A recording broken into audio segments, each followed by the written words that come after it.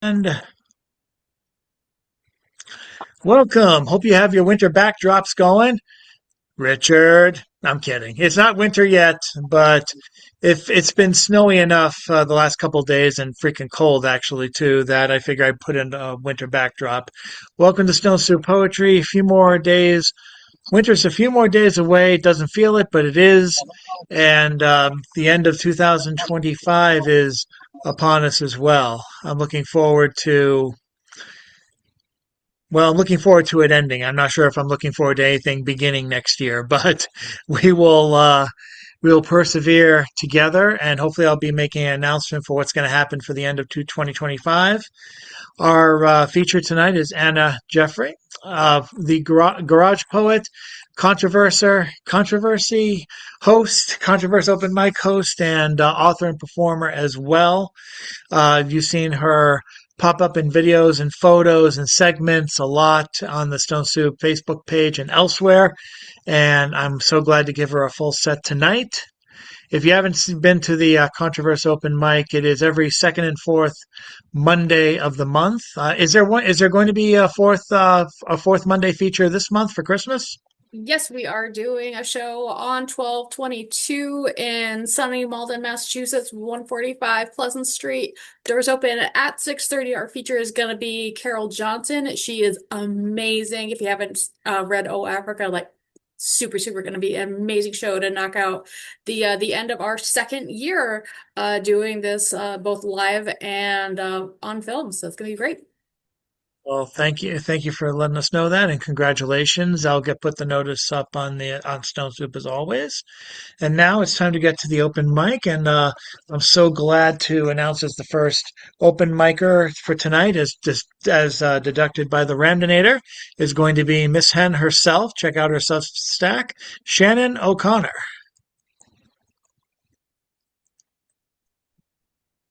Hello. Thank you. Thank you for letting me be first. I'm excited.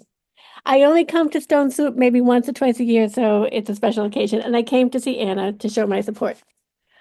This poem is called Belly in Stop and Shop.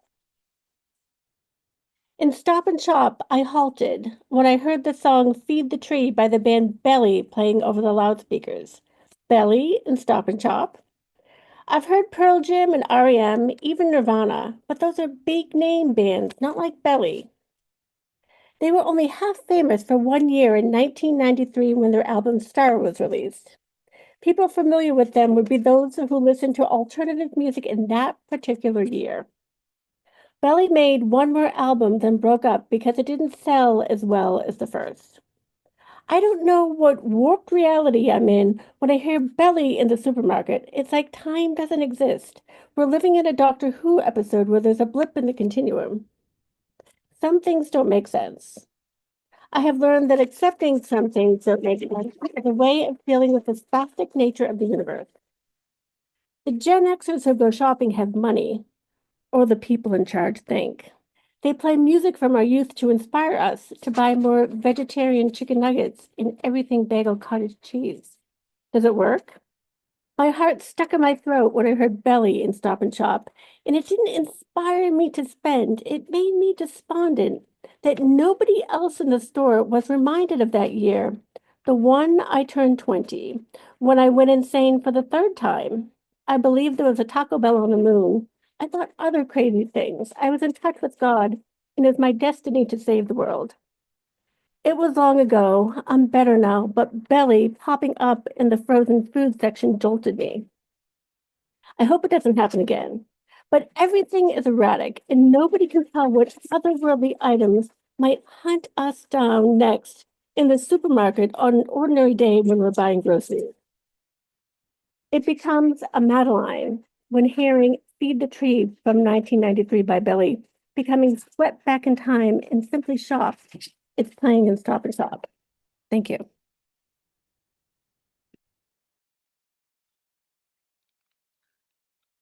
Thank you, Shannon. Yeah, it's weird when you get your childhood or teen or early adulthood playing back at you at the supermarket.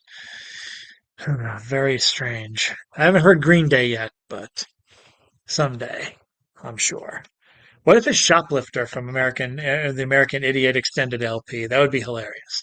Anyway, up next on the open mic, let's give it up for let's see, for Jan Rowe. Jan Rowe, if she is in the audience.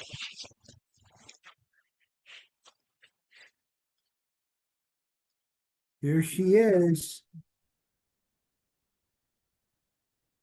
Hi, sorry, I just got off the phone. Um, let's see. It's from this week. It's called Dirty Sneakers. So this is the Black Seed Writers every Tuesday. Half of them, there's a lot more. I just realized that they don't know how to read and write. But anyway, Dirty Sneakers. Growing up in dirty industrial, at 11 o'clock a.m., a mask was needed. It looked like night. Then rapidly post-industrial area, we routinely got our new white sneakers dirty. I noticed being elsewhere than Southwest Pennsylvania, Fayette County, that people wanted their white sneakers to remain white. They washed or polished their white sneakers, whereas I vaguely remember purposely stepping on white sneakers.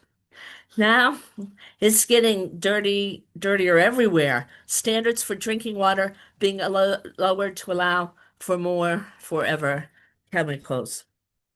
Thank you.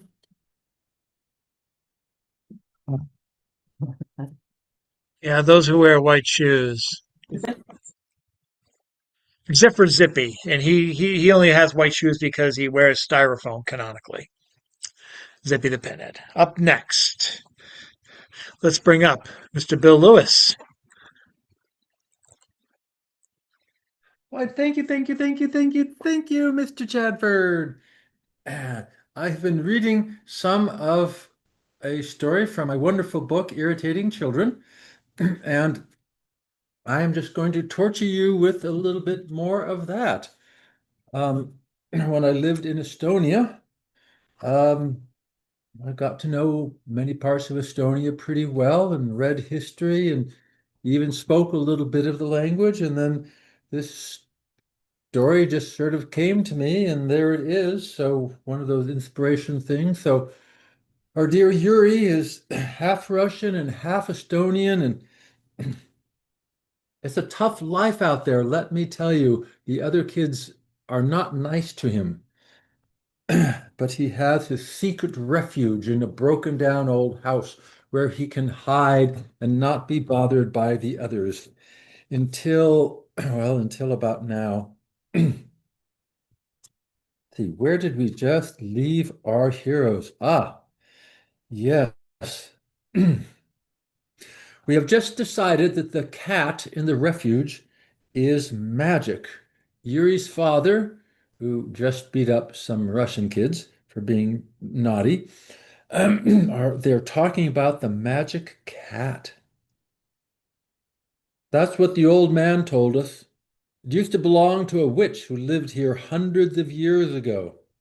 And ever since the witch died or was put under an evil spell, or whatever happened to her, the cat has protected this place.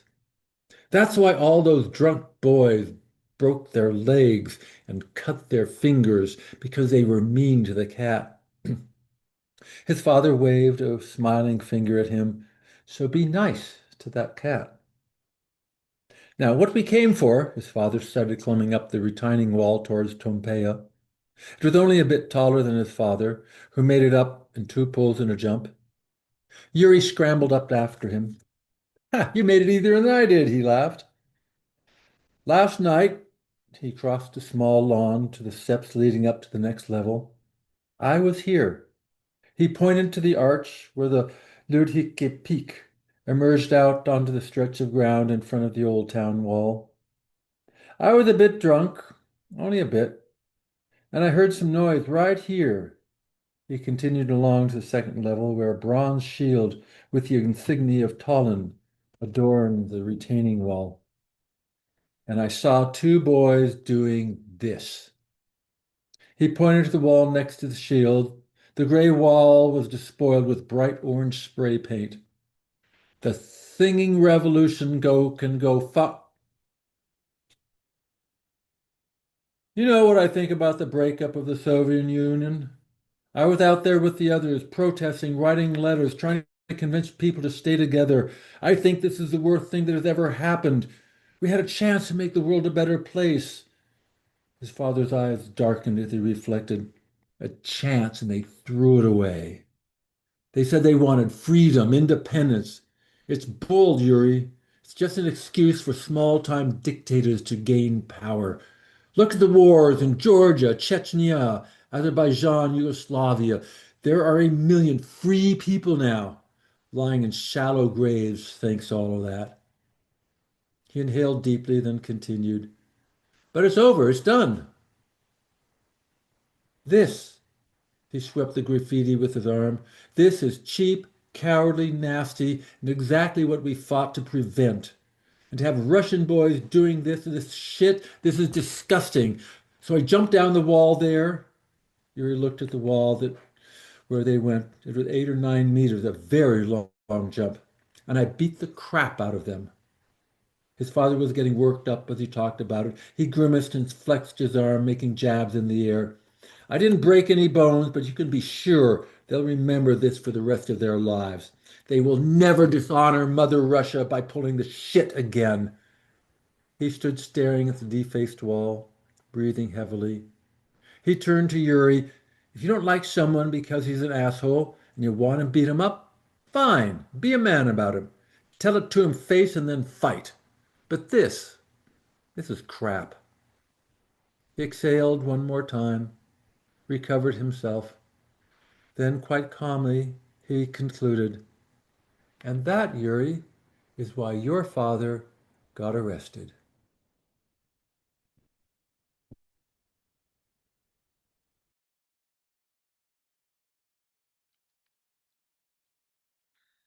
Oh, that wacky Yuri. Thank you so much, Bill.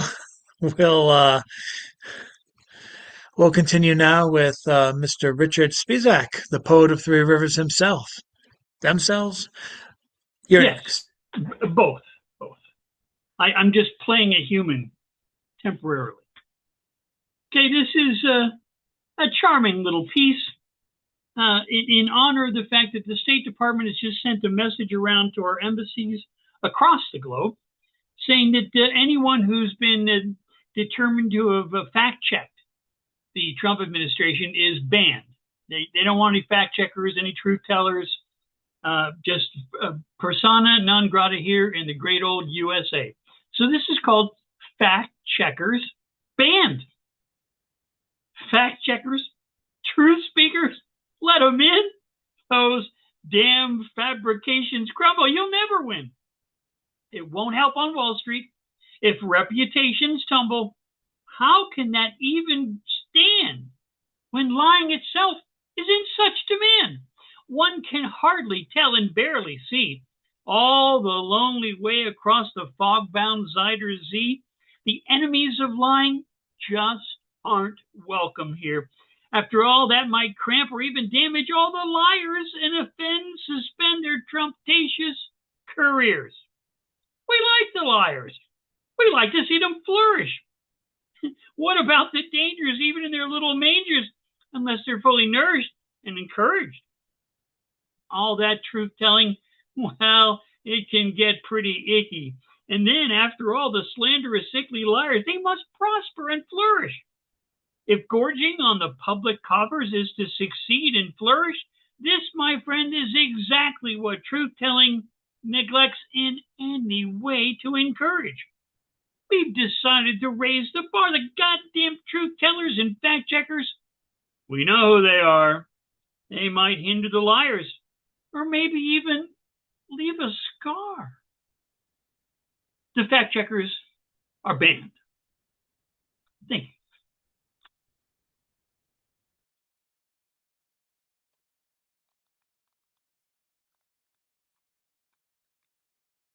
Thank you, Richard. And up next, I'd like to welcome up Jackie Chow. Hi, everybody. Hi, Chad. Good to see you again. Okay, I'm gonna read an ekphrastic poem. It's called The Blue-Eyed Poetess.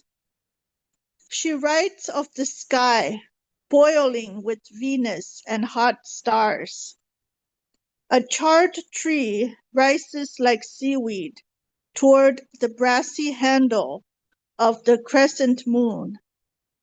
She talks of warm things despite the frigid waters of her eyes that can freeze any looker with just one glance.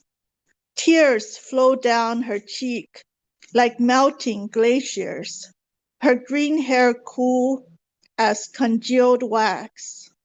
Her aura is colder than Saturn's rings. And then I'm going to read maybe a rhyming poem. It's called Nothingness in November. Today I will write a poem that is uninspired. From no loaded heart shall the words be fired.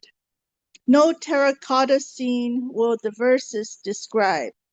Black ink on paper is all I shall scribe. If I mention the trees goldening in autumn, I would want to elaborate on the whole arboretum. So I jot down these lines for the sake of writing in a world that's obsessed with thing after thing. Thank you.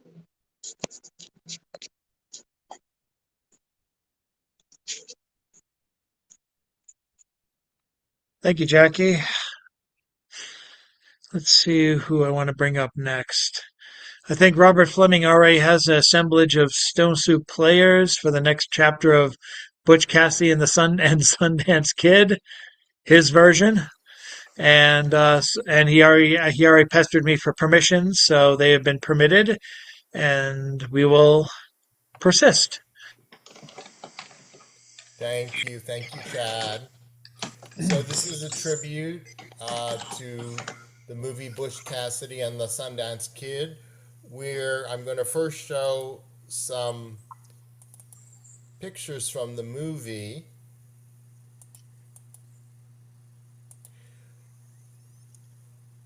This was the original movie flyer, and for those of you who are not familiar, Butch Cassidy on the left and Sundance on the right were bank robbers.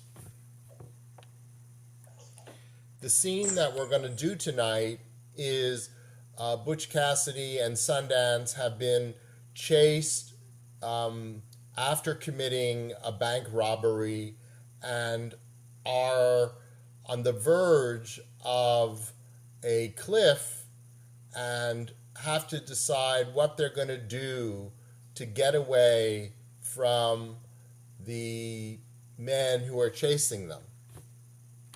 So now I'm going to put on the screen the script that we're going to work with tonight.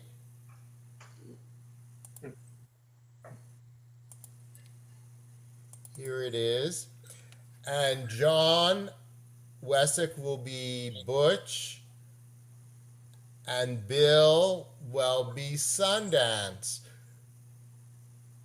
So we're going to start with Bill, who's Sundance, with We Better Get Ready. Bill, are you there? Well, you better get ready. The next time I say let's go somewhere like Bolivia, let's go somewhere like Bolivia. Next time. The super posse, they continue to make their way up, moving quickly and silently across the mountain.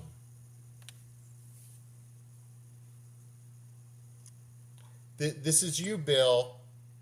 Oh, okay. I was waiting for the other one watching. You ready, Butch? You ready, No. Butch?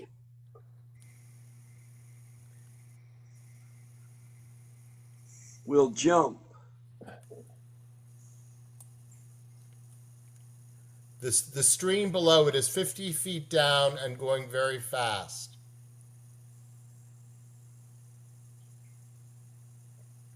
Like hell we will. Butch is really excited now, and all this next is overlapping and goes like a shot.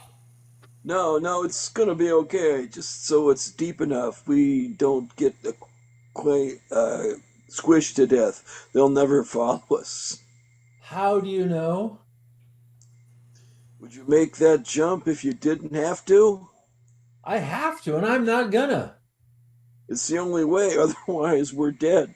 They'll have to go all the way back down the way we came. Come on. Just a couple of decent shots. That's all I want. Come on. No. Yes. No. Yes. Get away from me. Why?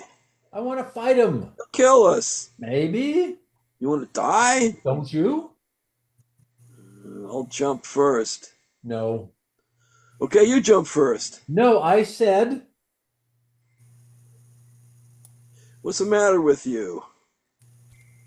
I can't swim. Starting to. Okay. Butch starts to roar, and Sundance gets angry. Come on, I want to hear some roaring, John. Rrr, rrr, rrr. Ah! Ruff, ruff, ruff. You stupid fool, the fall will probably kill you. Now and Butch whips off his gun belt, takes hold of one end, holds the other out. Sundance takes it, wraps it one tight around his hand. They move to the edge of the path and step off.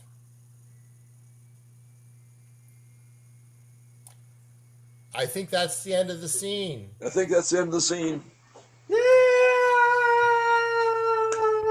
Thank you for the Stone Soup players. That was the cliff scene in Bush Cassidy and the Sundance with John Wessick as Butch and Bill Lewis as Sundance. Mixed with a little waiting for Godot there, waiting for the jump. Anyway, Hell, the fall will kill you. God. Up next. God help me. Um, let's bring back Mr. John Wesick.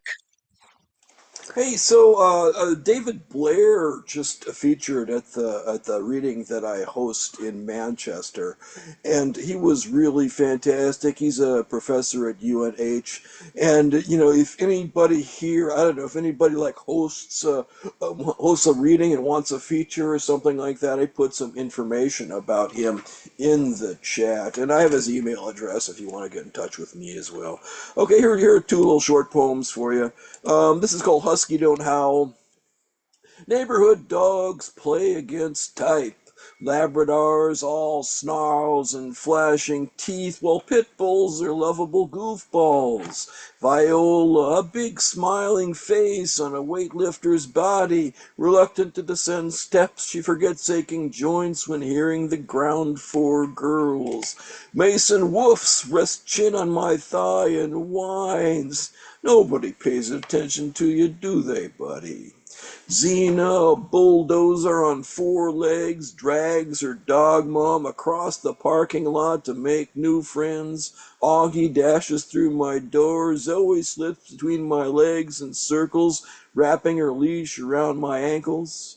Achilles the husky, too lazy to defeat Priam's son, too lazy to walk. His servant carries him past the dumpster. Woo, woo! I mimic a wolf to get Achilles to howl along. He deigns to sniff my wrist before, cradled in his servant's arms, he's ferried indoor. Poodles, Brownie and Arjuna stand on point, on hind legs to lift my hand. Sorry about that. And the other one is, Salvador Dali's lobster telephone. What he did is he took a lobster shell and he glued it to the handpiece of old rotary telephone. Well, I've updated that to the modern age, which is, I call this cell phone étouffée, or reimagining Salvador Dali's lobster telephone. Peel and devein the cell phones, being careful to remove the lithium batteries. Chiffonade a handlebar mustache and set aside. Pluck a floating elephant from the clouds. Squeeze out the flammable hydrogen before bringing it indoors. Puree the elephant in batches in a food processor. The excess will keep for up to 6 months in your freezer. Melt 3 clocks in a frying pan. Add 3 tablespoons of ground elephant and whisk to combine. Continue whisking until the raw elephant smell is gone to make a roux. Toss in the holy trinity of burning giraffes, rhinoceros horn, and scaffolding. Saute until softened and beginning to caramelize. Pour in a violin and simmer for 20 minutes until thickened. Add the cell phones and cook over medium heat until heated. Top with chiffonade and garnish with an apple, wearing a bowler hat. And there you go. That's me for tonight.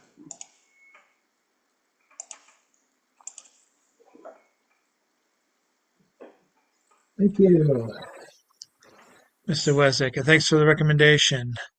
We have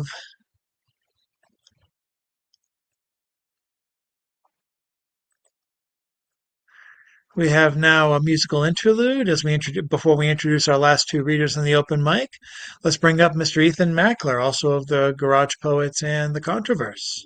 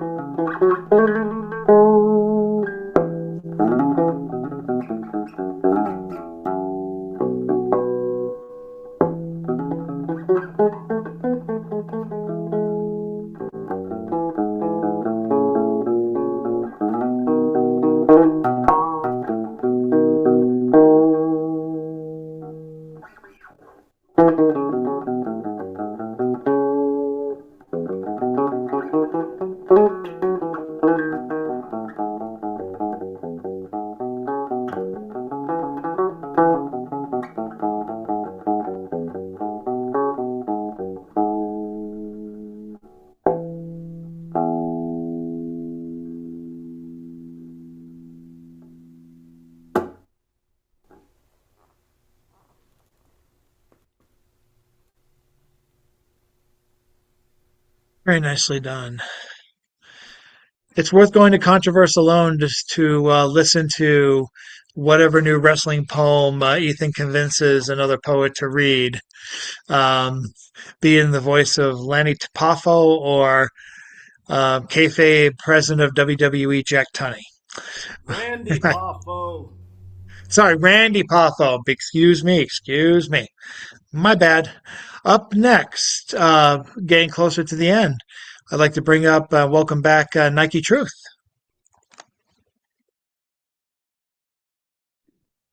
Good evening, everybody. This is an older poem, but it recently got accepted into the City Pulse magazine here in Lansing, so super exciting. This is called Grandpa's Cooking. I cannot wait to go home. I cannot wait to go home. I cannot wait to go home because I heard that Grandpa cooked today. It's boiling in the iron. It's boiling in the iron. It's been boiling in the iron for hours now, Mama says. And I know what it is. I know what it is. I know that it is gravy jellied to savory perfection that has been soaked into liver and those onions and those carrots. And every minute that I am away, every minute that I am away, every minute that I am away from my street, my driveway, my front door, a spoon and a bowl is agony. Thank you.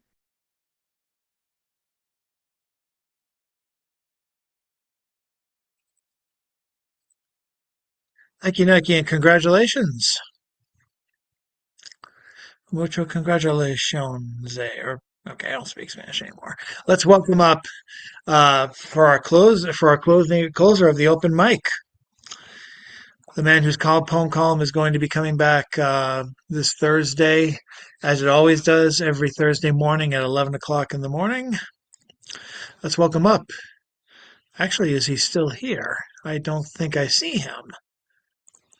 Oh my. Oh, here he is. Looks like he got out and now he's coming back in again. I hope. Every time he thinks he's out, he's dragging right back. No kidding. Let's see if,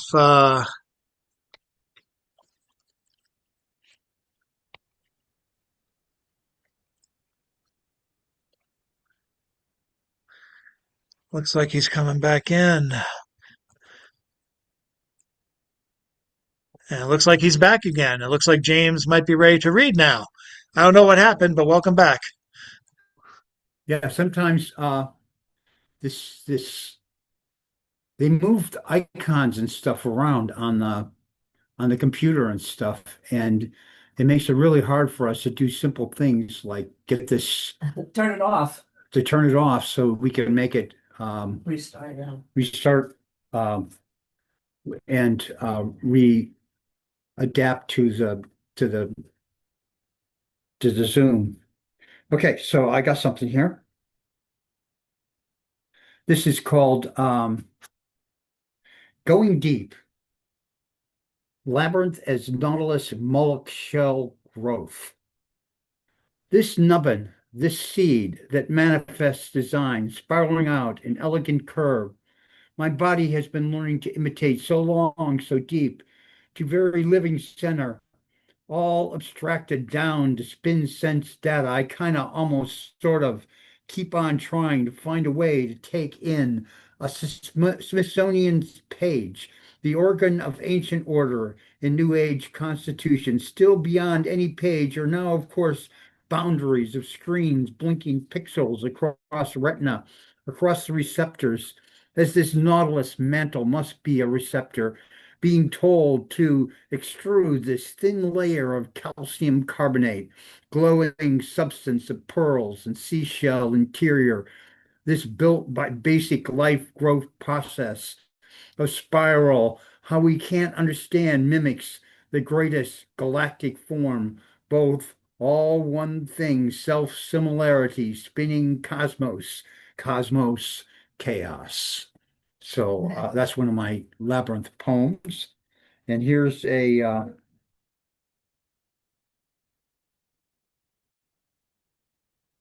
song for you.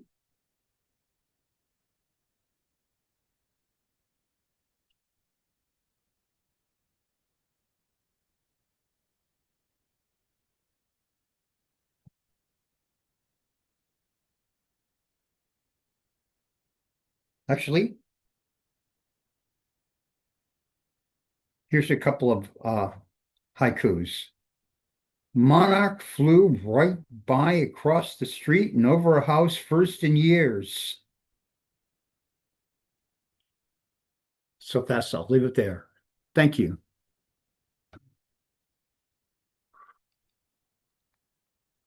Thank you, Mr. Van Looy. And thanks to everybody who has come out tonight to read or come out to listen or do both.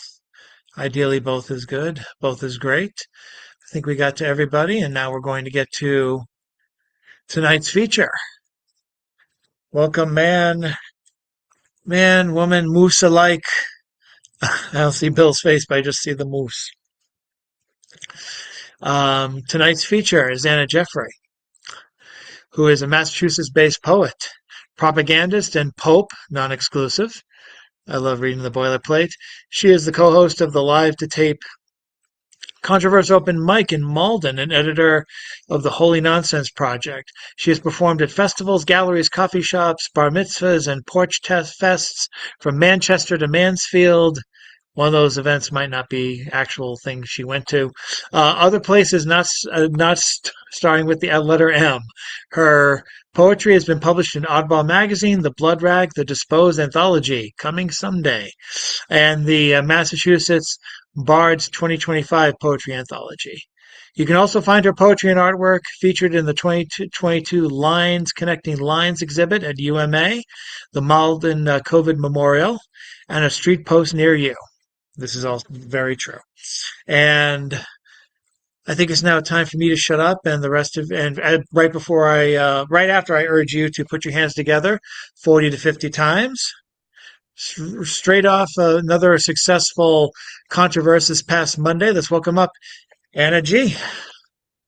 Thank you, Chad.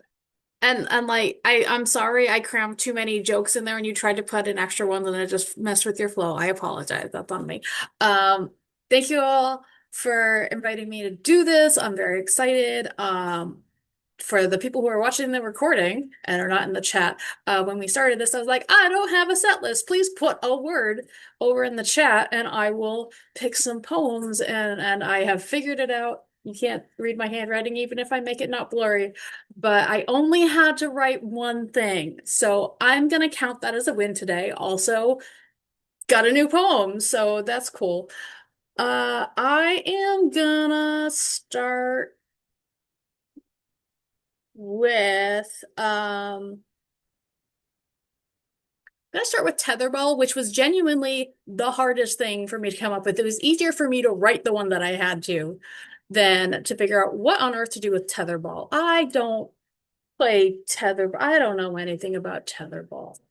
What I do know is that that is a game that people play on the playground, which makes me think about toys, which brings me to this poem called Pulling the Chute, and you will see why at the very end.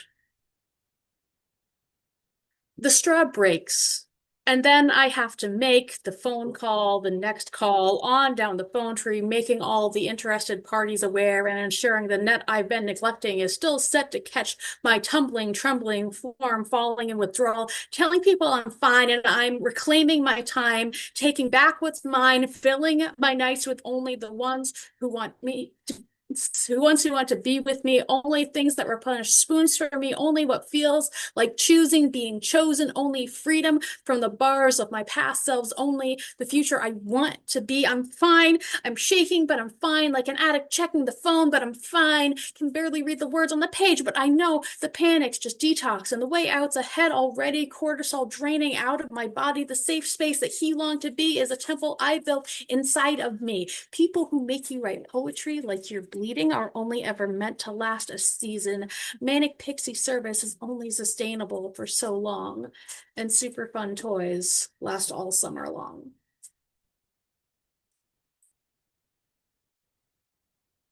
We like doing references to Philip K. Dick here.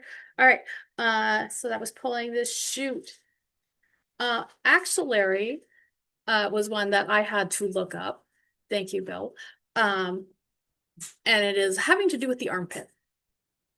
And again, I don't have any armpit poems, you guys. I don't even like talking about smells in my poems. You'll notice I don't bring it up much. But it did make me think about medical stuff. And I have some stuff about medical stuff. This one is called Heroic Interventions. America is dead on the ground, and the bystanders are fighting over whether to use Pink Pony Club or staying alive to time CPR. Someone who's watched too much Grey's Anatomy is arguing that they need to alternate chest and abdominal compressions, that she's not really dead till she's warm and dead, like we found America frozen in a ditch and not face down in the bathroom. The king in bling is trying to re-enter the building, and America's not breathing. Some homeland addict is screaming that he hears a ticking. We have to cut America open, defuse the nuke in her chest. He thinks he knows which wires to cut, but he hasn't so much as programmed his own microwave clock in over a decade. It's always the red wire, he says, snippers in hand, forgetting or absolutely not caring about the color of arteries. Greenland's on the phone to 911, but someone shouts, that show's too woke. They have gay sex and hijabs in America's not breathing. No one knows how to take America's pulse. Nate Silver's scribbling, trying to crib off Dr. House's notes. Forehead red, blue, her lips and fingers and toes. Someone puts a mirror to her nose and they don't like what they're seeing. And America's not breathing. Off in a corner, the aunties are muttering over their tea, saying they haven't seen that bitch breathing since 1963. The kid on the spectrum thinks it's all a snow globe dream, but Elon Musk is scrubbing in to see just how many of these internal organs she really needs. A madman in the back has an IV bag full of bleach, fistful of horse pills. Trust me, he screams. My brain earns a board-certified surgeon. I graduated from PragerU with a degree in vaccine injuries and government overreach. And America's not breathing. It's a constitutional crisis as the Supreme Court weighs in on whether her DNR is triggered by extraordinary rendition. ICE is dragging her gut biome to a foreign prison. They had a warrant for the neighbors, but no one is listening. Every hand's a scalpel. Everybody's bleeding. And America's not breathing. America's not breathing. And yes, that was a St. Elsewhere reference. I'm always excited when people get that one. I'm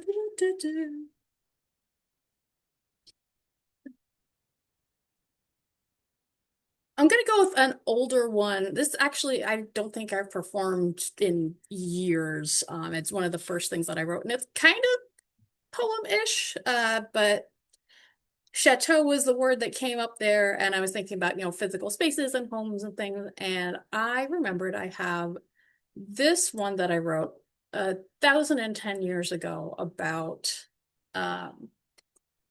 George's Island and the fort that's on there. So this is called The Dark Room. You take the ferry to the island. You take the ferry to the island alone because there is no one to go with you, and you are unmoored and without responsibility, and it is a wild and terrible feeling. You pay your $15 and you take the ferry to the island.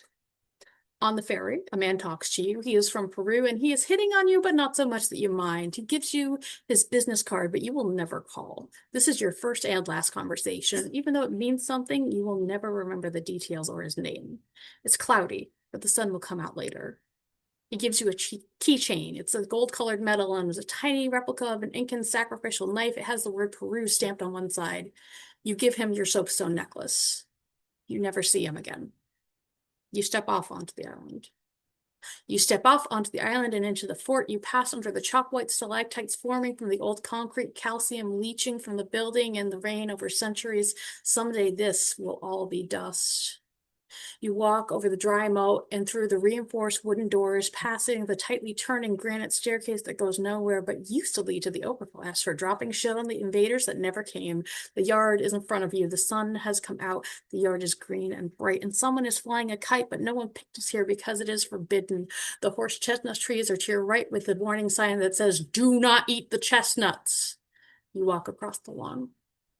Cannons line the walls above. Stagnant pools occupy the spaces once held by the enormous weapons that faced out into the open water. The weapons that search for U-boats, new concrete on old concrete on granite blocks. This place is haunted.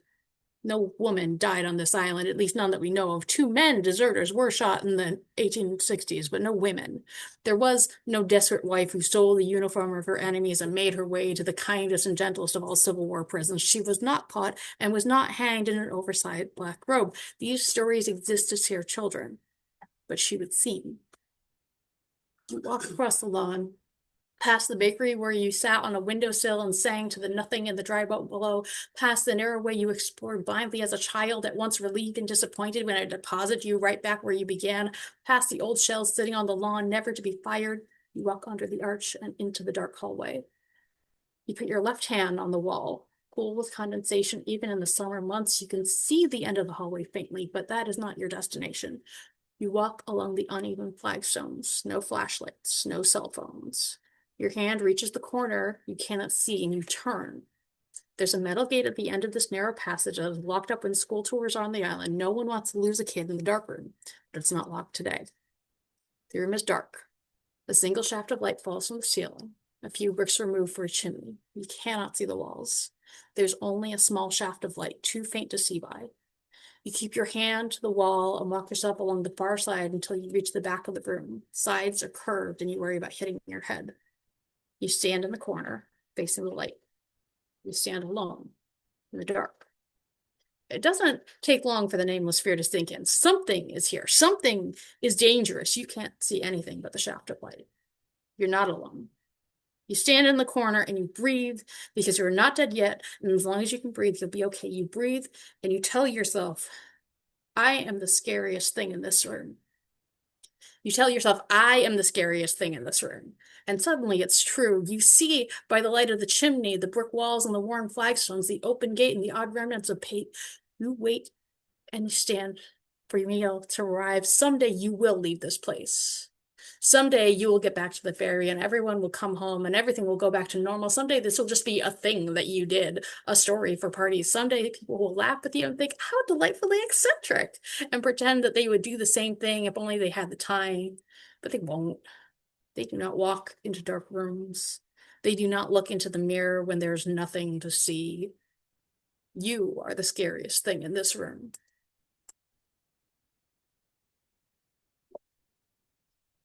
You can see why I don't read that one a lot, because it's long. But anyway, thank you to Shannon for giving me a reason to dredge that up. I do have a second one that goes with that prompt that is much shorter, which I might get to later. But for now, I'm going to go with uvula, which somebody, you guys have it in for me. John, I'll blame you. I don't even have your camera on, so I can't. There you go. All right. But anyway, I don't have one about specifically uvula, but I do have this one that's called A Cure for Hiccups. And this is real. Take a breath, take a drink of water, close your eyes, hold your breath. Remind yourself, you are not a fish. You cannot drown on the air. Hold your breath. Remind yourself, your jaw is not gills. You will not die breathing the air. Hold your breath. Remind yourself, your epiglottis is sweet, but you do not need to be saved from the air. Hold your breath. Remind yourself that your body was born in the waters. Your body remembers the waters, but you live now on the air. You are a lunged being, a land being, a human being, a body being, just a little confused. Hold your breath. Remind yourself, you're not a fish. You cannot drown on the air. Little fish react. Love it. Thanks, John. Who wants some new shit? New shit. New There we shit. go. Yay! Somebody had to unmute. Thank you, Bill. All right. I was given Alligator by Jackie, and I didn't have anything. So this is brand new, and it might be terrible, but it's new, so that makes it good, right? Or at least it makes it something you can read. This is called Readable Alligators, shit. maybe. There's something in the swamp with teeth. Something in the water not too deep. There's something tickling in a gut that grumbles. There's swamp sucking at my feet. There's a book of faces populated with turncoat privateers and infrastructure arsonists, wannabe epidemiologists, tin pot topplers, homeless veterans of the Chans, armies of stands. There's a swamp on the screen full of teeth. There's leathery skin and scales, claws and tails, dinosaur presidents and dino politicians, something wanting to be pimple popped, lanced and let loose, launched across the room, foul smelling, everyone's yelling, someone is smiling with too many teeth. There's a problem in Florida, and it's not something that hisses on the sidewalk as the locals holler at them to go back into the swamps where the pythons are waiting. There's something worth saving, something to save me. Alligators, maybe.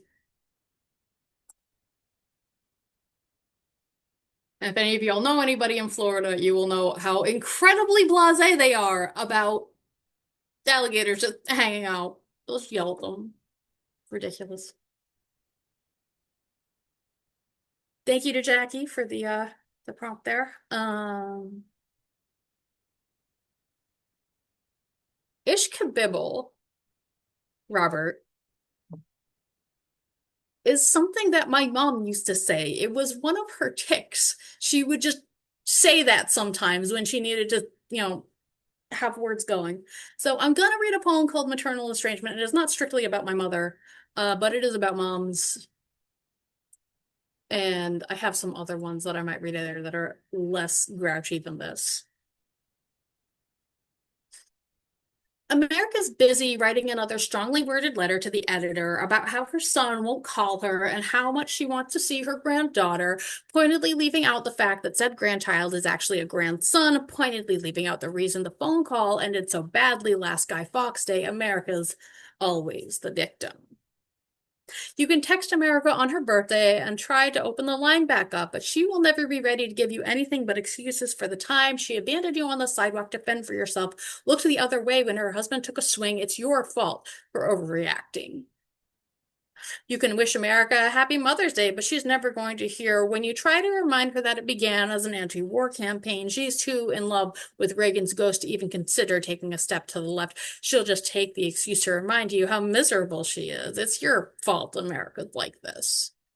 It's Memorial Day, and America's mascara is running as she dramatically mourns martyrs she never would have cared for if they came home. Makes fun of you when you put change in the cup of someone missing a limb, a home, a job, their health. Look after yourself. She pretends she knows about taking care of herself. When you get the call from the hospital that America is in a coma on a vent, that she has no ability to consent to the medical treatments keeping her organs working, when the doctors tell you the last thing she did was try to pull the hose from her nose and call the brown girl nursing her a slur, will you remember she loved peonies? Will you feel a sense of duty? Or just remember what happened last time you tried to call?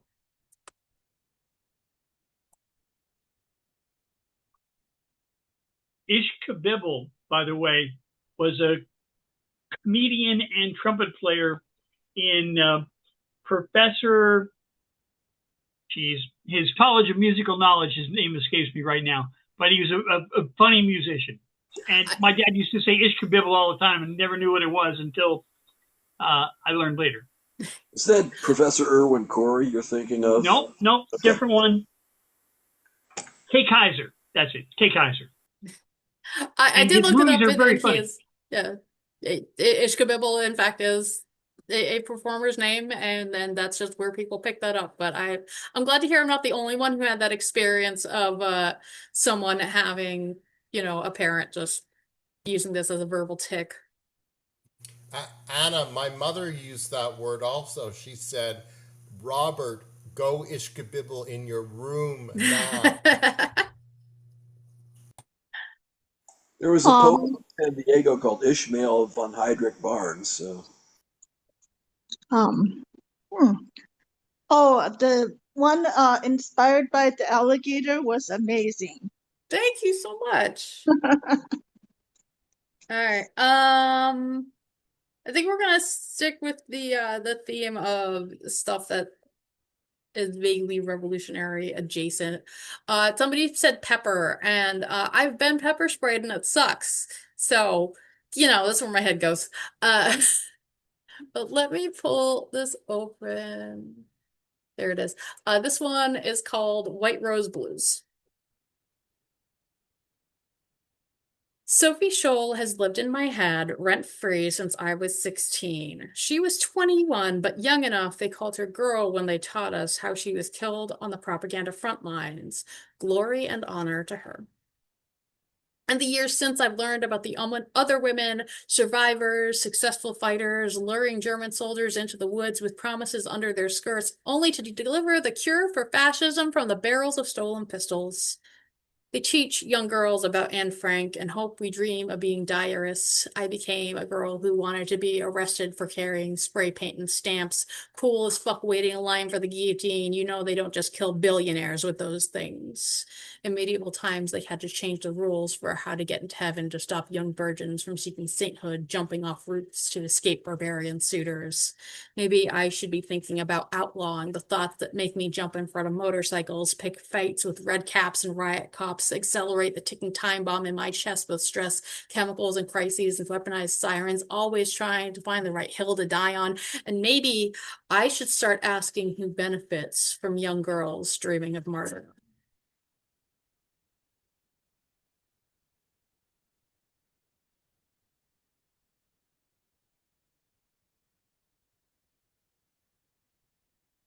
All right, I have one more thing on my checklist, and then I get to read whatever I want.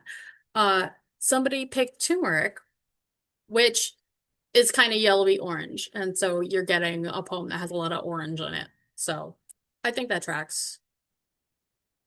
And if you don't, too bad, because they let me feature. Where is it? There it is. I know you're not supposed to build a relationship on rules, but there are two imposed by me onto you. Not to do things that would get you sent to prison and not to die again. I don't remember if it was March or April when you were down 9 hours in the ER because the oxygen they had you on kept you more stable than the people who got to go through, bent over your bed wishing I could sleep, wishing I didn't need to sleep, a man and a girl with a cop escort, nurse making jokes about the married man she was fucking. You were dying and you still cut everything. I think sometimes about how the last thing you will know in this life is me giving you permission to break that rule. Love isn't shelf stable. It doesn't keep. We work so hard trying not to let it bleach like a coral reef, keep it living and building more roots up to the mountain. When I'm unsure of everything and have to start rebuilding my universe back at first principles, the first principle is my husband loves me. And it's not something that I can touch, taste, smell, see, doesn't pass the grounding test. Maybe that's what's wrong with me, but the foundation of my life isn't tied to a place, a time, just you. And I know it would be better to get a happier sounding love letter, head over heels, fresh and unsullied by years of sickness and health, but you were there every minute, and I would make the world for you, every shade of tangerine, invade your torturous dreams, ripping out with my teeth veins of gray-green, replacing every unvoiced scream with soft pillows and unsplit affection, banish purple blackness so far back nothing remains except brightest marigold and tiger lily. I love you sounds silly and small through it all. Better to breathe in autumn leaves and oranges. A lot of times I will joke that I am not a poet. I just write things and I think stupid. So like I have to use metaphor to explain my nonsense. That one there, obviously, you know, is for my husband. He has a very specific kind of internal experience where it's very color oriented, and orange is the color of happiness. And you can actually see over here on the wall, we've got a an orange painting that I got him years and years ago. But it's always interesting, I think, that interplay between trying to be poetic and trying to explain an internal experience that is just not, you know, common. Uh, is similar to a synesthesia, but it's a little wonky. He's been through some stuff. I love him. He's great. And that is the list of my obligations, which means I get to read whatever I want now. And I'm gonna do Time Ain't Real, which is another one that I wrote with my man in mind, at least for part of it. And I'm guessing he's probably got his headphones on in the other room, so he's not going to be embarrassed that I'm reading the Anna Greg poems again. This is called Time Ain't Real. Time ain't real, she says. Time is spongy, malleable, fallible, fake as taxes and tickets and titles. Time ain't real, she says, holding her hand over her mouth, leaning into the wall like she's gonna vomit. Time isn't real. The space on the floor in front of the mirror is the same space in front of a different mirror, a different home, a different room, a different house, a dorm, a hotel. The light is on, the light is off. She can't see her face. She can see a face. She can't see anything. There's a light where her eyes should be, a gleam at the bottom of the door. Time isn't real, she said. This is the same bed, the same orientation. It's the room that keeps changing, squashing, light, not dark, viscosity, and partners swirling. She's going to scream. Time's not real. She remembers the snake and the green LED light, a hand on her head, and a voice saying, her voice, never saying no, up is sideways and pulling her timeways. And she remembers names before she meets them, knows her fate, but keeps forgetting. Brown is the color of knowing, wise child, smartass child, seeing herself from the outside, performing herself for the outside, hoping and praying that someone will remember, someone will carry her, someone better connected to the machinery of the universe will see her before she blinks out of existence, will crush her memory into a perfect diamond, will hurl her as far as they can in the direction of maximum entropy before they fall too. She wants to do something worthy of remembering, wants to break the fourth wall of space-time, break the rubber sheet, splice through the circuits of reality. Her father makes hardware that compensates for quantum uncertainty. Why can't she be a little uncertain? She puts her head on the cold tile floor, prays to the porcelain god, prays to the sink, prays to the crossroads, clinging to keys that go nowhere.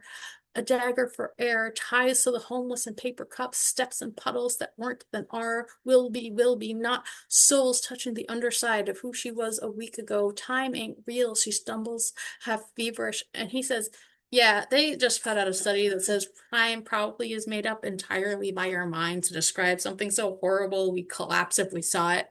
And she collapses in his arms 1,000 times, the same time, over and over, bodies changing with gravity and sickness and health, stars careening overhead, circles within circles, orbits and processions and grand tours of dusty rings, fingers and hands entwined, scratched titanium, saying only mine.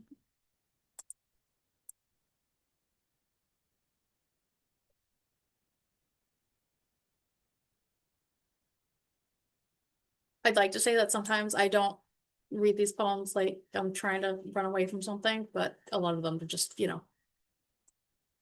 I like going fast. This is one of my joke poems. If you figure out the joke, put it in the chat. But I know Ethan has already had this one spoiled. I'm not sure about the rest of you. The title is All Consuming. You bring me gifts of copper and gold, and truly I love every shell and bit of string that passes through your hands and into mine. But I want more. You call through my window, tempting me to moonlit fields, and oh, I should be abed, but I can't help my desire. You take everything that you are and make it mine. Oh, I want our bodies entwined, falling through each other's lines, and I want to drink your reddened eyes. Give me your tears, and I will plant the seeds you carry. Wrap myself in your shed clothing, arm myself with your stolen sword, feast upon your rotten flesh. Oh, cleave into me, and I will make a home from your bones.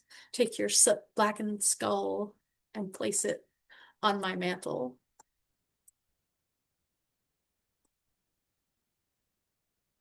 And do we have any guesses about the joke? Bueller? Bueller?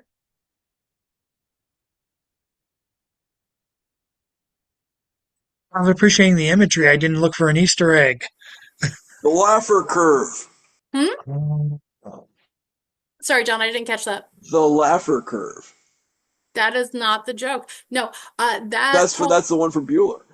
That is the one from Bueller. No, that poem is literally 80% Minecraft references by volume.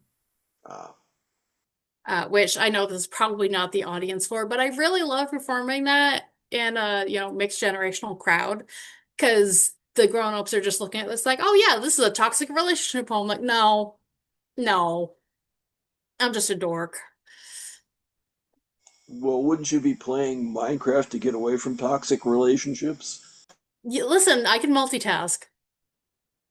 Nice. Let's see. Read that one, read that one. Oh, this is an older one, but somebody mentioned Taco Bell and I like it, so I'm reading it. I'm sorry I burned the roast. I was too busy curled up in a ball watching the news go by, watching people I trusted defend rapists and Nazis, watching my last hopes for nonviolent solutions evaporate, watching my last hopes for violent solutions collapse, watching Rome burn slowly. I'm sorry I couldn't pull it together enough to notice the time before the smell caught up with me, and I raced too late, always too late to save the day. And now we have nothing but apologies and Taco Bell.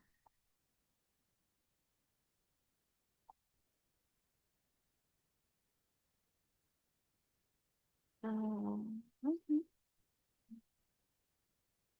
Let's see.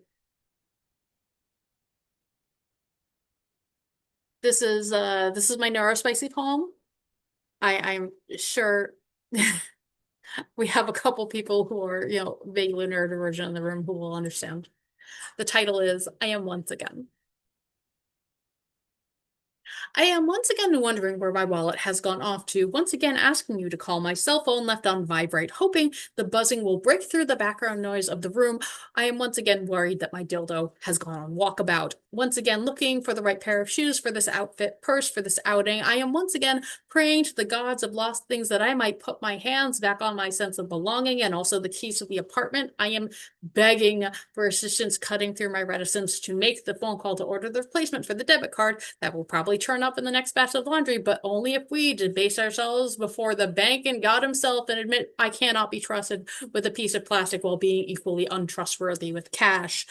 I am once again standing on the threshold of the room I just walked into, uncertain why I walked here or what I'm supposed to be doing. Once again, bemoaning the missing pieces of my wardrobe, not donated or loaned, just left behind 6 apartments ago. I am once again seeking your emotional support while I turn over every blanket and pillow, trying to find the earbuds I shouldn't taken out of my head before I laid down for that ill-advised 5 p.m. nap.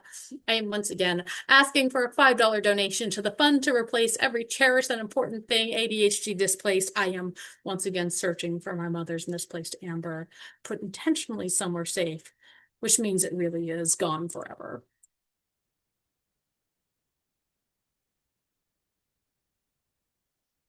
And yes, dildo gone on walkabout is the pull quote of that poem.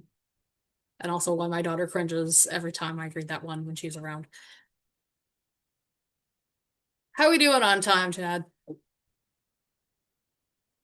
How many more you got? That man, I got bunches and bunches. I think we need something a little light though, right? Let's see. I have a lot of angry stuff. I can't imagine why. It's not like we're all living through, bullshit. But it did do.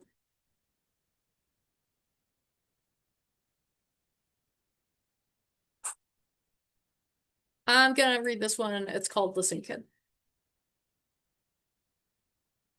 I just want you to know that everyone who looks like they have their shit together now once was making very similar mistakes to you, and everyone spends longer than you think faking it, and nobody springs forth fully formed from the firmament. I hope that when you hear about someone holding grace for others, you know it's not passive aggression or tenuously sublimated tension. It's an echo of our own wish that those who remember our fucked up instars are able to let go of what we did, forgive us the scars they bear from being and the blast radius of our unforgivable messiness. I'm not trying to condone whatever mistake it is you're making, whether it's risk aversion causing you to hole up, dodge growing up, wasting time for working out who you are and what you want to be, or whether you have taken too readily to saying yes to every ideology that crosses your path, falling into sinkholes and cesspools, feeding the parts of yourself that remember only blood and teeth and suspicion for the other. I just want you to know that every single hole, yes, even where you are now, yes, even the worst place that you can see from your precarious cliffside precipice, yes, no matter what the question, yes, there too, there exists a pathway poorly maintained, trailblazed with blood and vulnerability, shredded uniforms and abandoned badges, petroglyph graffiti, reading only, I was here, and you don't have to be. It may take long hours in therapy, making a kink of processing, abandoning what you think is working, shedding the ego scaffolding, peer review penance, sitting with your shadow self, putting the coping mechanisms on the shelf, cutting out corpses of loves lost, lighting candles at the altars of your imaginary friends. I can't tell you how long your path is or where it ends. Just please believe me, there is a life after being a shit-stained drama queen, nutbag, trouble teen. The seed of yourself is already inside that heart you think you have to hide, and seeds are a patient form of life.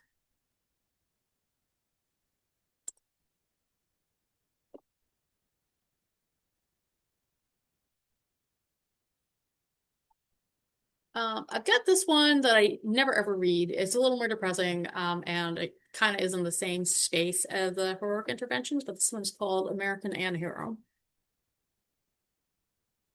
If America admitted attempting to antihero, would somebody call the ambulance? Would they carry her up to the elevator, pausing to let her puke in the trash can? Would she have an adverse reaction to the nausea medication? Would the founding fathers see her freaking out like an addict in detox while she was blacked out in the inbound gurney? When the hospital called, would America's pediatrician refuse to come? Tell America's patients that it's not serious, that it was just a bottle of Tylenol? Would America take this moment as a sign that it's time to stop seeing a pediatrician? Would America lie to the doctors about who she's been fucking? Would they send America home with a pat on the head and half a Paxil? No plan for ongoing care, no therapist, no diagnosis, nothing to show for this attempt, but another thing for voters to resent? Would Betsy Ross have to yell about malpractice before they found a bed? And who's gonna show up in the ambulance anyway? Who's going to make America choke down sulfurous antidotes? Who will be waiting in the ICU when America wakes up and asks if this is hell?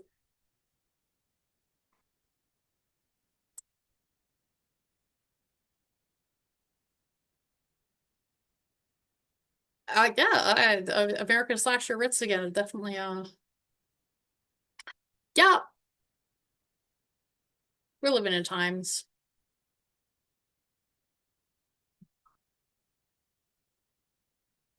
All of reality is five little piggies on the right hand.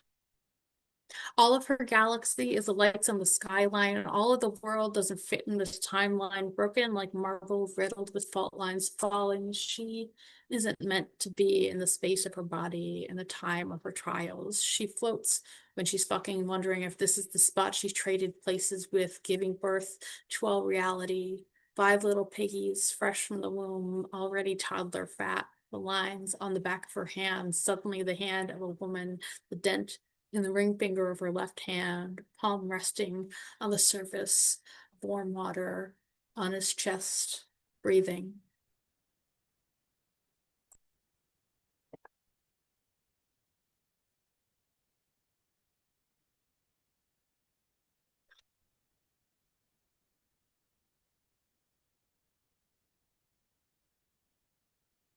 What do you guys think? Should we do some horny stuff? Can't hear me. Have fun. Oh, there's some thumbs Why up. not? All right. Why not? Uh,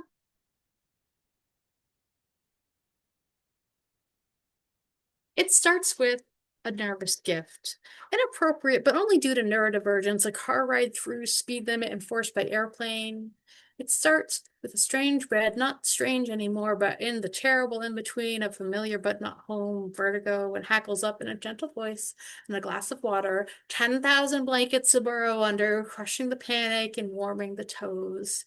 It starts the well-placed pillow, hunger, unexpected but welcome, welling upward, moving faster than I meant, throwing caution and clothing to the wind, moan and sweat and slaps his eyes beautiful in the sunlight fluttering back, and where another man would collapse in the throes of his little death, he drops between my thighs and starts to count to 5. And oh, my apologies to the headboard for the claw marks, my apologies to the neighbors for the sound. I cannot be blamed for the lungs I was born with, for the mouth he helped me find, and a year of needing to scream or falling through the sheets in defiance of all known laws of physics, lost in every bed I've ever laid in. And still he pulls me back into my shaking body, into the present time, into his flesh and heat and wet and here and him, lips and teeth marking each other, his and hers, mine and yours. And he says, tomorrow I will share, but tonight I am greedy. And he gobbles me up like a and he gobbles me up like a wild thing.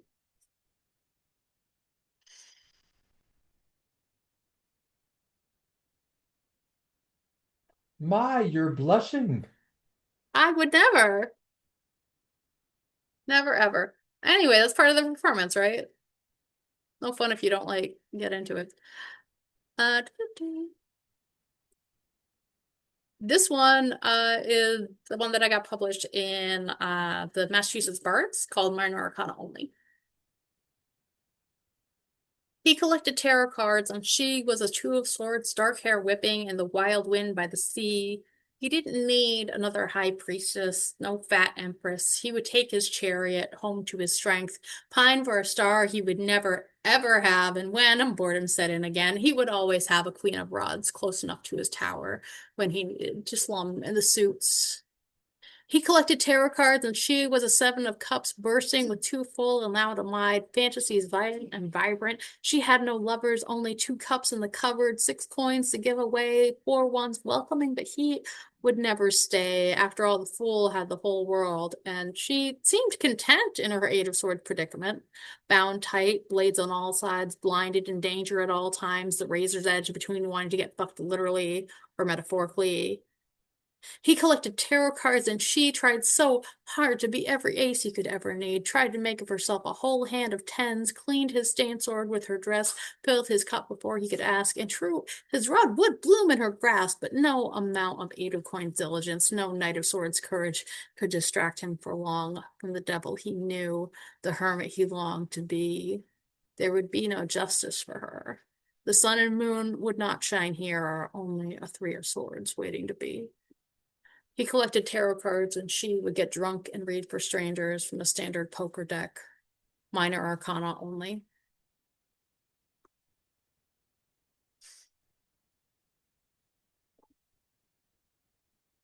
And for those of you who know tarot, you can actually read from a poker deck. These suits line up, but you don't have any of the major arcana, so you have to use it a little Major Arcana number 7.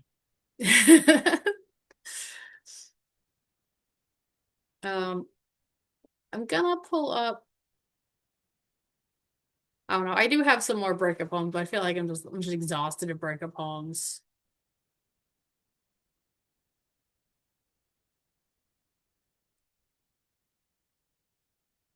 This one is called Brown is the Color of Knowing. Someday I'm going to forget what I was put here for, and I will look to you, doe-eyed, begging, seeking the answer I have known and let go so many times the forgetting feels like part of my soul. When it comes to be, tell me that you saw my crazy ass on the megaphone, in my combat boots, in the funeral home. Say you witnessed me killing a giant on Beacon Hill, posting poetry, writing my grandfather's eulogy. Tell me every lie my mother ever told was true, and you are descended from suffragettes, magician assistants, washerwomen, and seal attendants. Tell me my daughters inherited everything they need, and my destiny was never to be a Disney princess parent dead in the first act, soft light flashbacks. Tell me you see me, knife winged, frame wreathed, soft and shaking, weak-kneed, talking back to cops in Congress, leading chants, wielding the pen, breathing from my diaphragm, springing dross into calls to arms, inconveniencing reluctant governments, launching armies out of basements. Tell me you saw me barefoot in the studio, packing bags for neighbors, strangers, love in every snack bag, every hashtag, every post page, poster, poem, life raft, every life raft launch into the abyss, hoping to find a hand reaching, needing a lifeline, a kernel of corn moment. I'm throwing them out by the boatload. Every hand I'll never hold, lips I'll never kiss. Every time I've sublimated shit into purest gold.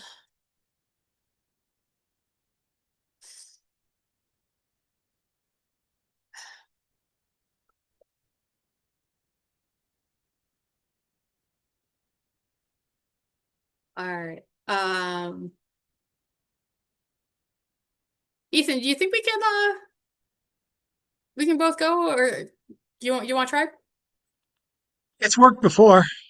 All right. So one of the things that we do when we're doing the Garage Poets thing is try to honor, what we started the Garage Poets as. Me and Jeff started it off during the pandemic, and it was some place for us to express ourselves during a difficult time, and it was really important to always end on a high note. And so we got in the habit of having me go last because I had some uplifting stuff. And then when we started to do this live, we had one that was like our staple. We always end with this. So, Ethan, I'm going to pull up Keep Breathing. Keep breathing. All right, let's check the levels real quick. And let me find it because you know how this works. Never, ever where you need it.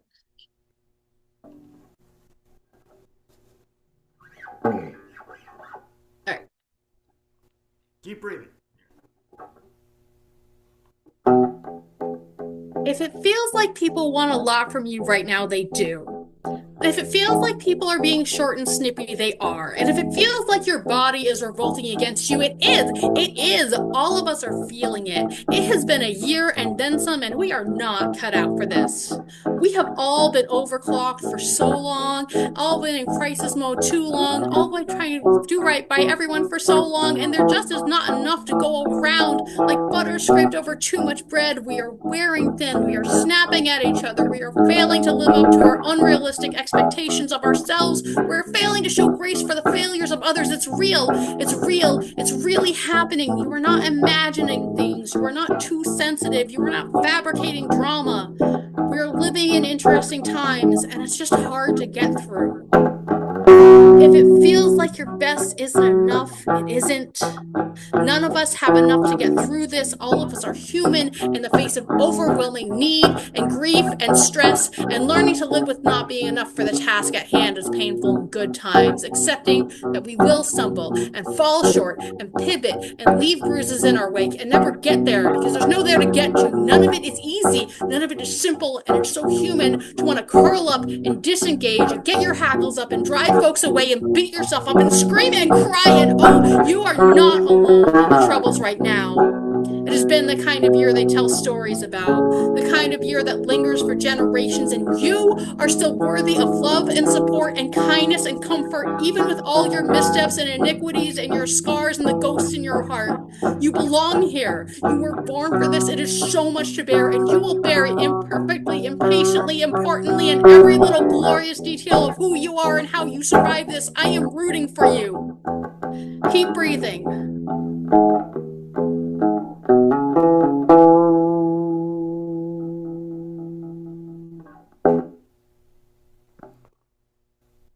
Thank you so much for having me on. Thank you so much, Ethan. Come on, put your hands together 30, 40, 50 more times. That was wonderful. I'll probably put that spot up by itself as a, because I got you both side by side for that. And what was the name of the poem again? That is Keep Breathing, and is one of our perennial classics. I think I remember hearing that at least one of the gatherings over the pandemic. It has been a rough year for poets, especially in the Boston area. We've lost a lot of folks. We lost Jeff this year. We've had a lot of recent deaths too, and keep breathing. It fucking sucks, but with stuff like this, we can get by. I think we'll proceed as if we can. That's probably for the best. Thank you so much, Anna, and thanks to Ethan Mackler for being for staying for that final part. I will get that as its own entity online to share with everyone. That was an appropriate way to add to the end of 2005 and to help close it off. I'm not sure what's going to happen next week. Like I said, I've had suggestions, and I hope you guys are open to the ideas of, well, I'll just say it right now. What the fuck? Someone actually, the feature who I wanted to, feature next week, said they weren't able to, and actually suggested that I should hold a workshop. That would be an interesting episode of Stone Soup Poetry. And if anyone is interested in being part of that, send an email or send a messenger. It looks like Eunice. Hi, Eunice. Oh, We all want to be part of it. Everybody, put up your hands. This is a great idea. We want this, right? Yes, I we want just to be part of this before workshop. before you go any further, Bill. I just realized that Silent E herself is here. I forgot I added her during the end part of the reading. I didn't know if she wanted to read anything because she actually had her debut on the open mic of Controverse this past Monday. And she was amazing. Hi, Yes. everybody. I do not have anything to read tonight, but I would love to be a part of a workshop. I love poetry workshops, so count me in. Then for the first time ever, the first free online workshop is held by Chad Parento, who has been published in a number of places you've never heard of, and it has a bunch of books you never bought. But hey, so does every other university poet who's taught you in this in your life. That's just how it works. But so we're all the same. So we will. So I'll put out some details of that and try and give out the try and put up something that's akin to an assignment or suggestions, and we will go from there. And it'll take however long it takes. So I will. So thanks to the poet who suggested it. I hope they come to the event as well, given that they suggested it, and it would be it would be fun to try and to attempt this. I haven't done a workshop. The last time I did a workshop, it was back at the old location at 106 Prospect Street, and we used to do it either in the gallery or out in the back where the pond, the what we call the pond, was on Wednesdays before the reading. So let's have some fun with this, and we will. I'll put out the announcement as we continue. So we'll give an obligatory wave, but again, another thank you to Anna Geoffroy and to Ethan Mackler and to everyone who read and came to listen and stayed for the open mic tonight. Obligatory wave time and or finger point if you're John Wesick, and we will see you next time for what might be the last gathering of 2025. If I gather on the night before Christmas Eve, I will let you know. But it's not looking tremendous, but we'll not looking like I'll have a lot of time, but we'll figure it out. Thank you guys very much, and thank you to Anna. Thanks to could be like this every week. All we need is you, or as I prefer to say, the show's over. See you next time.